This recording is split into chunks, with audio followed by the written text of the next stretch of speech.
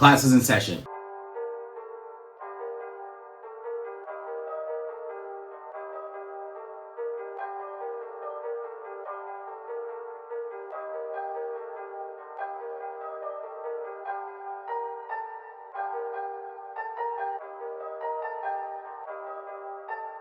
Hey, what's up guys and gals? Welcome back to another video. In today's video, I want to talk about the whole debacle that the Gotham Knights game that's being released, I believe, on October 21st.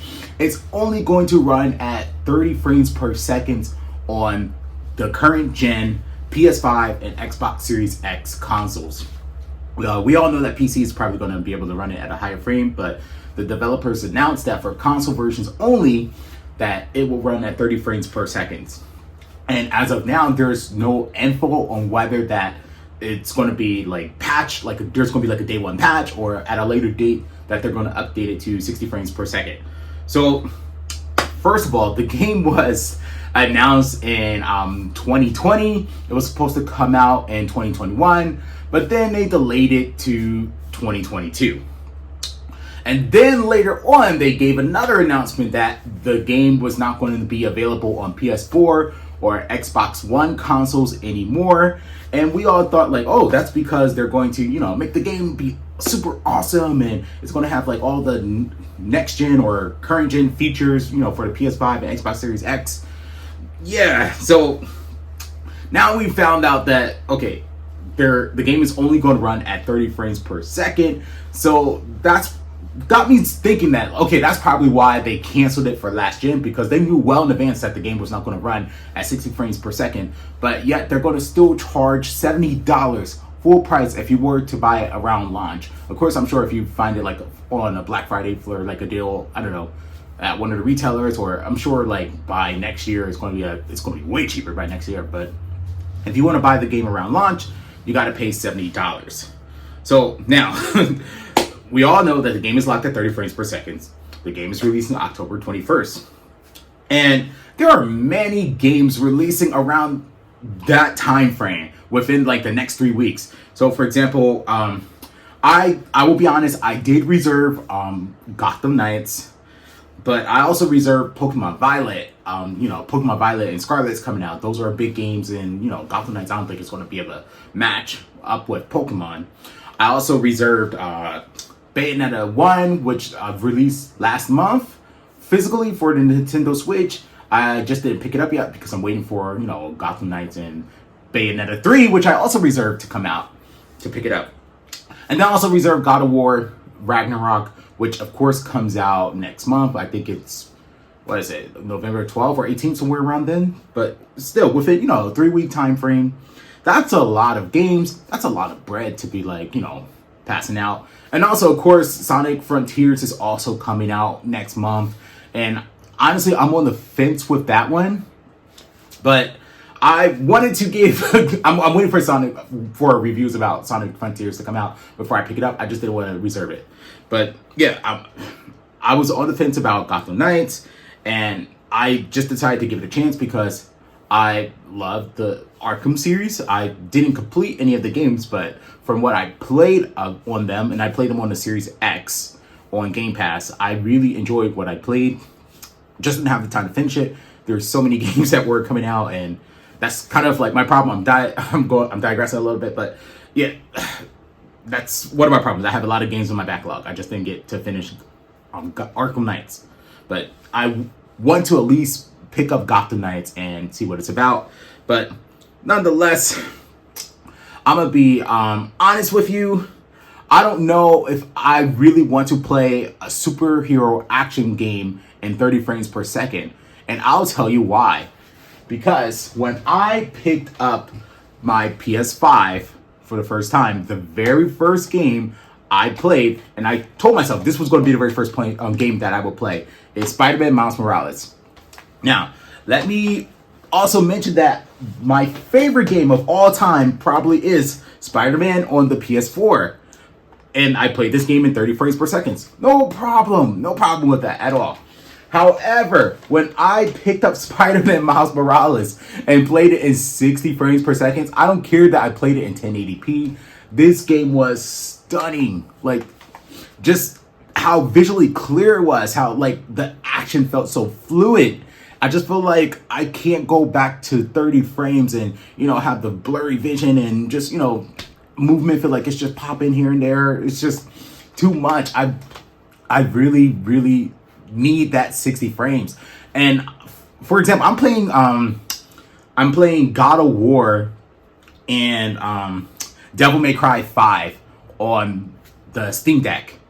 And, the Steam Deck infamously has a poor battery life. However, I still play those games at 60 frames because I cannot take 30 frames, even on a small screen like the Steam Deck or the Nintendo Switch. And that's also like one of the main problems I have with gaming on the Switch is because I just don't like gaming in 30 frames per second. I feel like a game like Kirby in the Forgotten Land, which I should have beaten by now. I'm on the very last boss. I just, haven't taken the time out of my day just to beat the last boss, but I'm basically done with the game. I feel like this game would have been so much better if you could play it in 60 frames per second. But it was still pretty solid for a 30 per second, frames per second game. Here's another one. It's an old one, but still, nonetheless, the point remains the same. NBA 2K20. So I played this game, in 30 frames per second. It was horrible game. I played 2K19 and 2K21 and 22 all in 60 frames. Great experiences. But this one, I would never ever buy a Nintendo Switch NBA 2K game just because how horrible the frame rate is. And that goes to my point where I feel like if you're doing anything like fast-paced or action-paced in a video game, you really need the higher frames. If you're playing like a racing game, if you're playing a fighting game, anything with, I don't know, like a first-person action game, first-person shooter, you need the higher frame rate. Because if you don't have it, it's going to affect your experience. It's going to affect the overall gameplay and your enjoyment factor. So, with that said, I still have some criticisms about Gotham Knights. So, for example, the combat looks a little bit lackluster. So, I'm hoping that it will be something sort of like, let's see, where is it? Kenna Bridge of Spirits. When this game came out, I played it for like the first hour or two, and I was like, man, this game is like mid. But then you beat like the first third of the game, and you start unlocking like more skill sets and more moves and more powers. And then you're like, oh man, this game is amazing. Like, this game is so good that I will definitely revisit it another day just because how much I enjoyed playing this game. So I'm hoping that Gotham Knights action is sort of like that. Like, the more you play, the more moves you get to unlock, and the more, appealing the game will become. But from first glance, it's just the moves look super lackluster or like just slow or just not like aerodynamic for some reason. Or maybe it's just me, but that's just the way it looks. And now on top of that, also I heard that there's only going to be 4 villains in the game. I felt like there should be at least 6 bare minimal. I don't know, that maybe that's just me. I believe even the Spider-Man game for PS4, if I can recall, had at least like 6 villains in the game. Nonetheless, like, add that on top of the 30 frames per second, and now you're giving your customers like a very lackluster experience. And I heard, I know it's got something to do with the co-op. Apparently, they're releasing 2-player co-op from day one, and then they're going to do the 4-player co-op a month later. But still, I hope the developers can find some way to patch the 60 frames per second in the game. I think it'll help the game last longer. It'll make fans enjoy it. A lot of people are outraging and canceling their pre-orders.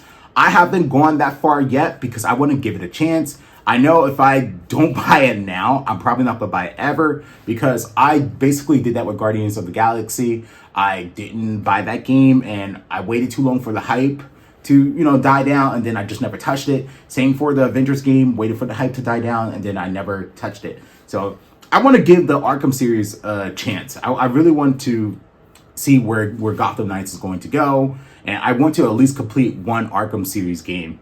At least one, just one.